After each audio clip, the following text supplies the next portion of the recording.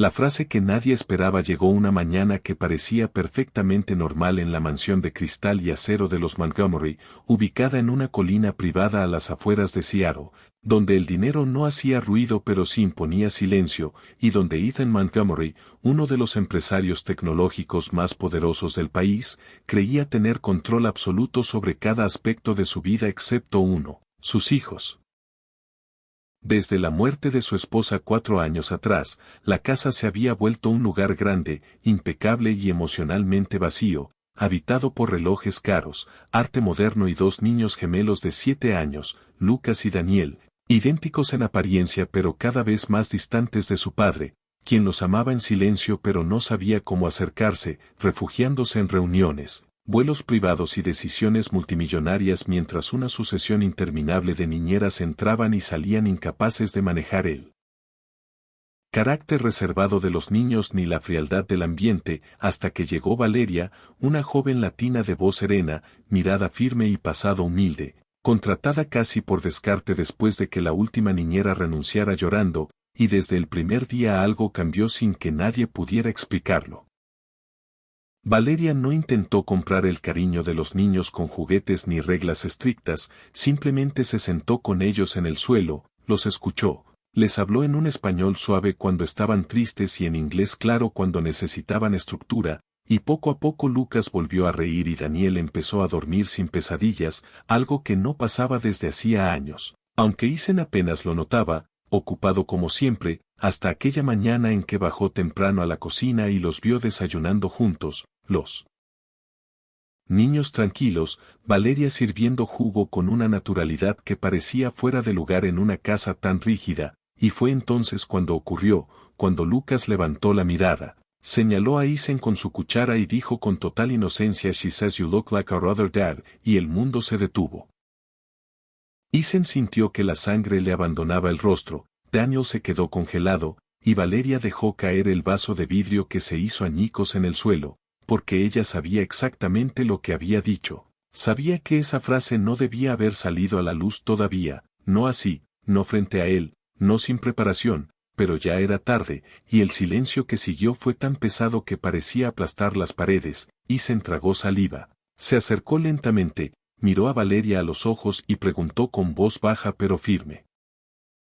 ¿Qué quiso decir mi hijo? Y ella quiso mentir, quiso inventar una excusa, pero algo en la mirada de ese hombre, una mezcla de poder, dolor y confusión, la obligó a decir la verdad o al menos una parte de ella. Respiró hondo y dijo la frase que cambiaría todo en segundos: se parecen mucho a usted.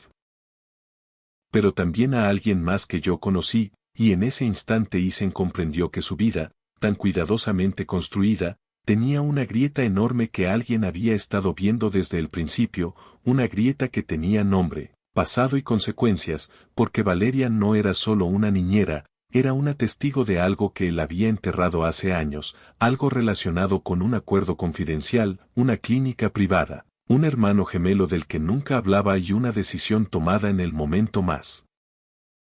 oscuro de su vida, y mientras los niños miraban sin entender, Isen supo que nada volvería a ser igual, que la verdad siempre encuentra la manera de salir, incluso a través de la voz inocente de un niño, y que esa mañana aparentemente común era en realidad el inicio de una historia que lo obligaría a enfrentar quién era realmente como padre, como hombre y como millonario, porque cuando alguien te dice se parecen a sus hijos, no siempre está hablando solo del rostro, y si esta historia ya te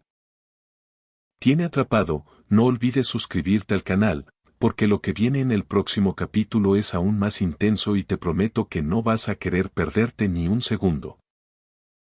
Isen no dijo una sola palabra durante varios segundos después de la confesión a medias de Valeria, pero su mente iba a una velocidad brutal, repasando recuerdos que creía sellados bajo contratos, dinero y silencio, mientras los niños observaban a los adultos con esa intuición inquietante que solo los hijos tienen cuando algo importante está ocurriendo. Finalmente pidió a Lucas y Daniel que subieran a jugar, y aunque obedecieron, ambos miraron hacia atrás como si sintieran que algo invisible acababa de romperse, y en cuanto la puerta se cerró, Isen caminó lentamente hacia Valeria, no con furia, sino con una calma peligrosa, esa que solo tienen las personas acostumbradas a controlar imperios, y le dijo en voz baja que quería toda la verdad, no una metáfora, no una suposición, toda, porque nadie mencionaba a alguien más en su casa sin consecuencias.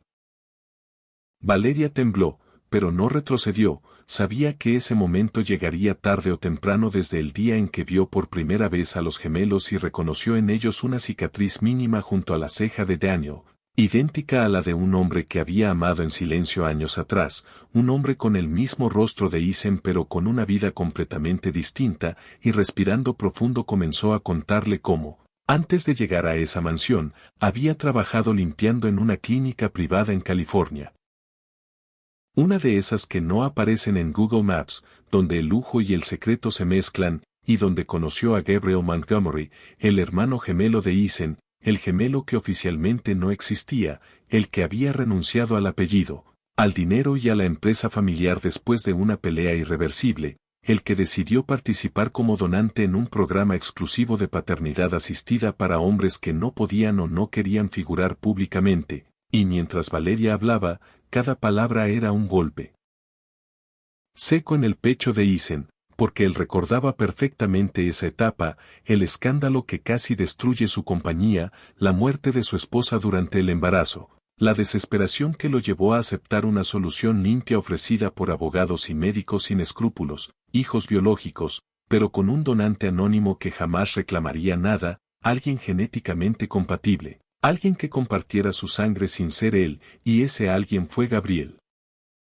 Valeria confesó que había cuidado a Gabriel durante una recuperación complicada, que había visto fotos, informes, y que años después, cuando aceptó el trabajo de niñera sin saber a quién pertenecía la casa, reconoció de inmediato los gestos, la manera de fruncir el ceño, la forma de reír de Lucas, idéntica a la de Gabriel cuando estaba nervioso, y aunque intentó callar, los niños empezaron a hacer preguntas que ella no siempre supo esquivar, y ahora todo estaba expuesto. Isen se dejó caer en una silla, por primera vez no como millonario sino como hombre derrotado, porque entendió que había comprado silencio, no verdad, y que sus hijos no solo eran su responsabilidad legal sino el eco de una decisión tomada desde el miedo, y entonces preguntó la única cosa que realmente importaba. Si Gabriel sabía que los niños existían, y Valeria dudó antes de responder, lo que fue suficiente para que Isen comprendiera que su pasado no solo estaba vivo, sino más cerca de lo que jamás imaginó, y en ese instante su teléfono vibró con un número sin nombre guardado, un número que no veía desde hacía 7 años, y cuando contestó solo escuchó una voz conocida decir ellos también sueñan conmigo, confirmando que el secreto había terminado.